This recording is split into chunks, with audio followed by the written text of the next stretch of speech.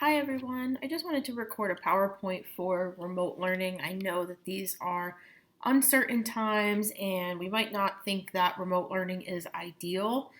It definitely has its drawbacks, but it's not all bad. So I recorded this little slideshow for you to hopefully put you in a better mindset as you approach these online remote courses. So everything went remote. We all know that. It was out of our control. We had to follow the guidelines from the CDC and the state of New Jersey. And you might be angry or nervous or frustrated or all of the above. That's okay. It's very frustrating for most of us, even your professors.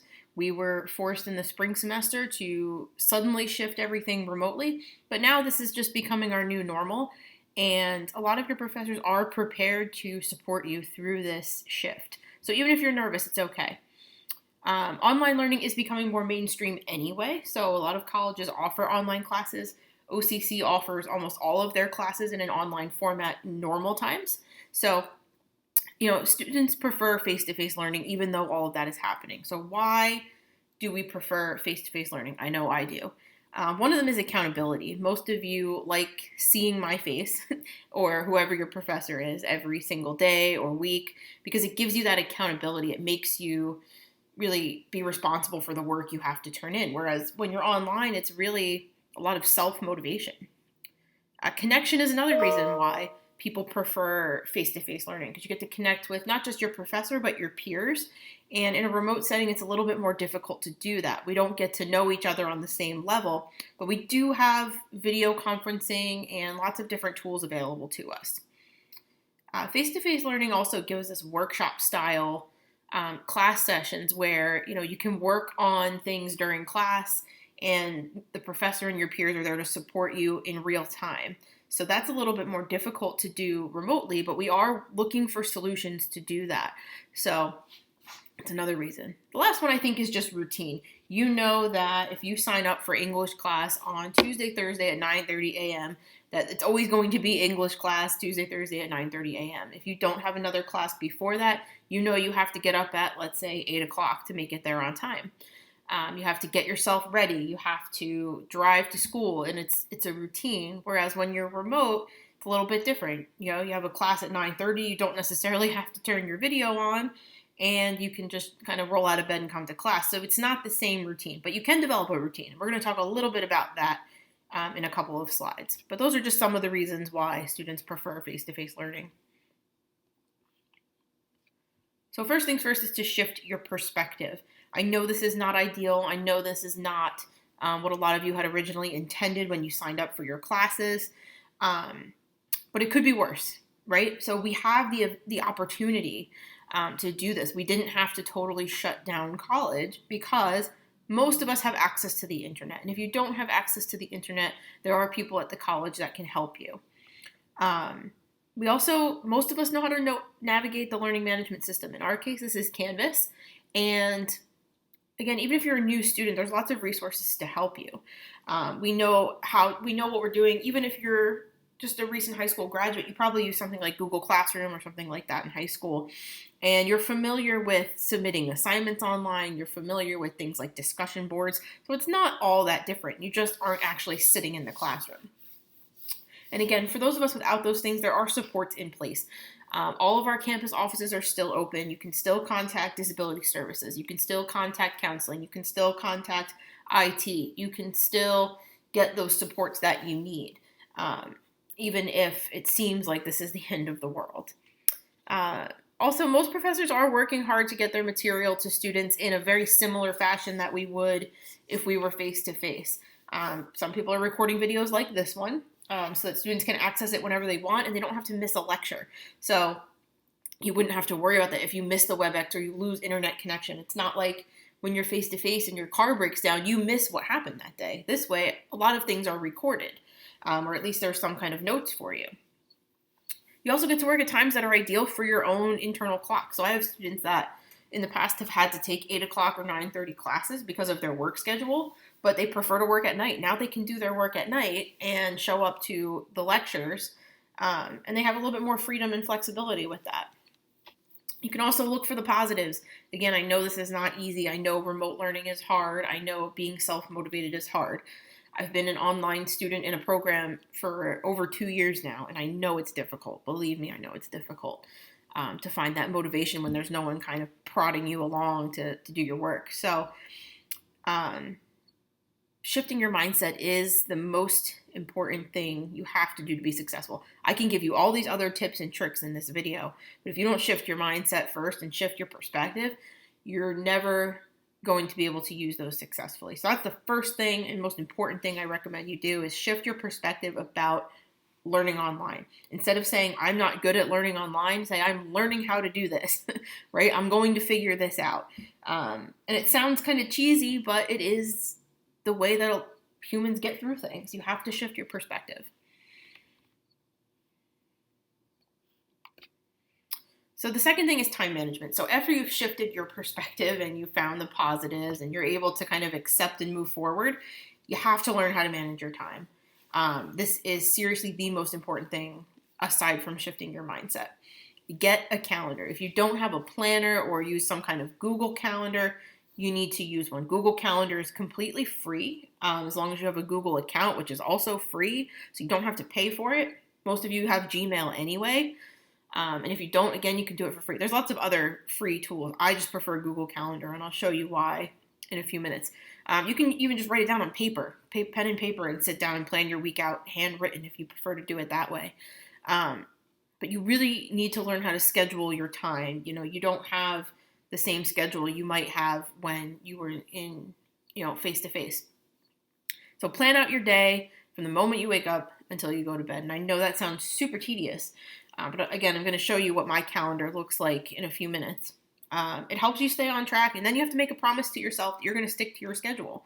Make sure that you're, I plan it out by the week. I try not to do every day. That's a little overwhelming, but if I do, either Sunday night or Monday morning, usually Monday morning, the first hour of my work day, I sit down with all the things I have to do, my work things, my own studying, my free time, everything gets put into my calendar. And then I don't have to worry about it. I know that I have time for everything during the week. I also give myself more time than I think I need so that, if I get done early, that's better than me running overtime. This is what my calendar looks like, just at a glance. So you can see I'm a bit OCD with my calendar. I prefer color-coded. I label everything. I've always been this way. I've tried paper planners and they just don't work out. This helps me see exactly what I need to do at the exact times of day. So this is my work from home schedule. I don't do it this crazy when I was in my office because I had a list in my office of what I needed to do, and my calendar would just say at work during the day, and I had a separate calendar for that. But now that I'm home and I have my personal obligations, I have to run my house and cook dinners and do my schoolwork and get my workouts in and plan my meals and go to the grocery store. All this stuff is kind of converging into this work from home schedule, and it's a little bit different now. So I tried to keep my schedule as similar, if not the same as it was when I was on campus. But you can see I have everything scheduled. I have my work, my grading, my lesson planning, making videos like this is all in my calendar. If I have a live class, that gets put into the calendar. I put my own schoolwork in there. That's the pink. So I'm working on my doctorate degree, and I have to dedicate about 2 to 3 hours every single day to doing schoolwork. So that's in there, of what I need to read or what I need to write, or if I have to do a discussion post, that's all in there. I put my workouts in there. And usually in the comments on my calendar, I have what I'm doing that day. I plan that out. So I know if I have to do cardio, if I'm doing strength or whatever, yoga, that's in there. It's all planned out. Also important, I plan my unwinding time, which is kind of just my downtime. So either I'm reading or I'm watching TV, because that stuff's important too. And we don't usually schedule those kinds of things. You'll see every day I have my morning routine. I don't write exactly what it is because I know what it is. I've been doing it every day for years and years. I get up, get myself together. I do a little stretching, have breakfast, coffee, do my journaling. If I need a meditation that day, I do that, depending on how anxious I wake up. Especially in the beginning of all of this, when I was first from home and trying to figure out what was going on, that morning routine really kept me grounded, and that was still the same as when I was working on campus. So all of that is in there. And again, it's color coded so that I can just see at a glance. Like, even if I'm not totally sure what I want to do that day, like, I know I have the purple time is my work from home grading, and my work is there. I know that that's what I need to be doing during that time block. So when you're setting up your calendar, you want to be realistic. I think I mentioned this earlier in the slides. But don't say, I only need an hour to write my paper. If you think you only need an hour, give yourself an hour and a half or 2 hours, because we get distracted by social media, and we're all home with our families now, and I know that can be extra distracting. If you are home with your family or with your roommates or whoever it is that you're home with, be realistic with your time, because you might get distracted more easily than you normally would. You also want to be specific. Don't just write, do English work. Like, that week, you need to sit down and say, okay, what exactly do I have to do for English? Do I have to do my outline? Do I have to write my thesis statement? What is your exact task that you have to do? Another thing you can do if you're taking multiple classes. So if you're listening to this in the summer session, you'll probably only have 1 or 2 classes, hopefully. In the fall, though, or the spring semesters, what I suggested my students do, and this is actually what I did as well, was I assigned each class a day of the week. So, for example, like Monday was my day to do English 1. Tuesday was my day to do English 2. So that's how I spread out my days for grading, for prepping, for planning. All of that was put into that way. I had office hours for them over the spring. So that's a really good way to keep yourself organized. So let's say Monday you dedicate to English, Tuesday you dedicate to math, Wednesday you dedicate to chemistry or whatever. If you know you have a long work day, don't plan anything for that day. So you can see if you flip back to my calendar, on the weekends I get a lot of my own schoolwork done because I'm not teaching, obviously, on the weekends, and I don't do my regular work for OCC on the weekends. So that's when I do a lot of my own schoolwork. That's when I do all of my cleaning. That's when I do all of my grocery shopping. So I like to keep it like that. I also suggest blocking your time. Try not to have a bunch of little things scattered throughout your calendar. I like to work in chunks where, let's say today I worked from 8:30 in the morning is when I usually start my day until 12 when I eat lunch. I'm working on just videos from 8:30 to 12. Just recording video after video and then uploading them to my YouTube channel. And I get a bunch of them done. So I'm already on that task. And then this afternoon, I have some community service that I do. So I'll do that. And then I'll probably do a little bit of light grading. For me, I'm a morning person, so I like to get my harder work out of the day in the morning, because that's when I'm most productive. Once 2 o'clock hits, I'm pretty useless for a couple of hours. And that's when I do some lighter things like answering emails or anything like that. So really get to know yourself and when you're productive. My boyfriend's the opposite. He's a night owl. He owns his own business. So he'll do his office work from 7 to 11 at night. And that's when he's the most productive because he's just a night person. He doesn't like to get up early. So I'm more productive in the morning. He's more productive at night. We have that yin and yang going on. But you have to get to know what time of day is better for you and what works with your work schedules as well. I know not everyone has a steady work schedule. So all these things you have to consider when you're planning out your calendar. My third tip is to use resources available to you. And I don't just mean campus resources. They're important. We have tutoring centers available for you. We have counseling centers available, IT, student affairs, all kinds of things. We have the hub is always available. So use those campus resources to your benefit.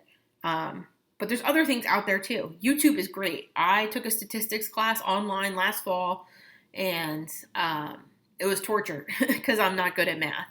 I shouldn't say I'm not good at it. It's harder for me to learn math. It doesn't come easily to me. But then I found this YouTube channel that explained all these statistical concepts. I ended up doing pretty well because of YouTube. So don't be scared to reach out to those different resources and look things up. We have so much information available to us. Your professors at this point should be posting some kind of lectures. They have discussion questions. Use that time to ask questions in the discussions with your classmates or in office hours. A lot of professors are doing remote office hours that you can sign up for on WebEx. So use those things to your advantage. Reach out to your classmates. I can't stress how important it is to have someone you're connected to in your classes, whether it's a group, just a partner, or a group of 3 or more of you. Use your classmates to your advantage, right? Help each other out. Don't leave each other hanging. Doesn't have to be an individual activity, learning online. You can still reach out to your classmates. And again, reach out to your professors. Most, if not all of us, understand that what you're going through is not easy. I answer emails very quickly. I know most professors answer emails very quickly. We don't have access to our office phones, so phones really aren't too much of an option unless your professor gives out their cell phone number or their house number. I don't do that. But we have WebEx available. I'm happy to meet with any student, so please don't be afraid to ask your professors questions and reach out to them if you're struggling. My next tip is to dedicate a workspace. This was something I know I had to do when I started working from home, because I didn't have a workspace. I used my dining room table to do my schoolwork, but that was it. And it was only a couple hours a night. My boyfriend usually works late, so that was that. But now that I'm home all the time, like, I can't take over the dining room table. Like, we have to eat dinner, and I would like to not have to unpack and repack my things every day, because that's one more thing that I would have to do that would prevent me from getting things done. That's what I did every day. I would take out whatever books I needed, put my laptop up, and work for 2 hours, and then pack it up and put it away for the next day. But because I'm working from home, I said, I really need a desk. I need a space where I can work. So for me, I just went on Amazon and bought a desk that was really cheap. That I'll probably throw out whenever I'm done working from home, which won't be until at least 2021. But it's just a small little desk. I took one of our kitchen chairs because it's just us two, and obviously no people are coming over with all this going on. So I made myself a little space, put a little picture frame there. I have my little desk organizer. I usually have a little candle on my desk. So I make it a welcoming environment for myself, somewhere that I want to sit down and work. And that's what you have to do. And it might be different for you. You might have a desk in your bedroom, or the kitchen table is available to you, or whatever. But try to dedicate a space that's for schoolwork only. And that's what I do. I really don't do too much of even my own doctorate work. I don't really do at my desk. My desk is for work. I use the dining room table, or I sit on the couch or whatever to do my schoolwork. But decorate it as best you can. I know we can't go out. I'm not asking you to go design an office, but just add some things there that make you want to sit there. Make it comfortable, and then, like I said, decide on purpose that this space is for working only, for doing schoolwork. It's not for doing your video games. It's not for social media. This is workspace. So you may already have that, but if you don't, I highly recommend setting aside a space in your house or your apartment or wherever it is you're living, in your room, where you can do work. And I know this isn't feasible for everybody, but try to have at least a corner where, okay, this is my schoolwork corner. Okay, last but not least is self-care. And I know this sounds hokey and it sounds a little ridiculous and like I should be some kind of monk sitting up on a hill somewhere meditating. But it's really important to take care of yourself. I've noticed this. I say this to my colleagues. I say this to myself, because we're living in a time where work and school and home life may not be separate. And that can lead to burnout, which is an actual psychological term now. And I was feeling it because you feel like you're always on, right? You're always on email. You're always doing schoolwork. There's no separation anymore of what's home and what's school. So taking care of yourself is really important. And especially now stay-at-home orders are lifted as of my recording this, but who knows what will happen in the future. We still can't really have too many gatherings. A lot of people are still a little hesitant to have gatherings. So taking care of yourself is really important. So journaling, I've been journaling for many years now. It's how I kind of ground myself in the morning. I write down, what are my goals for today? How am I going to take care of myself today? What am I grateful for today? I write down what my meals are for the day. So it just helps me have that one thing in the morning that I can have my me time. I drink my coffee and I do my journal. I decide how I want to feel for the day too. How do I want to feel today? And that helps me, from going into anxiety, which is something I've struggled with for many, many years.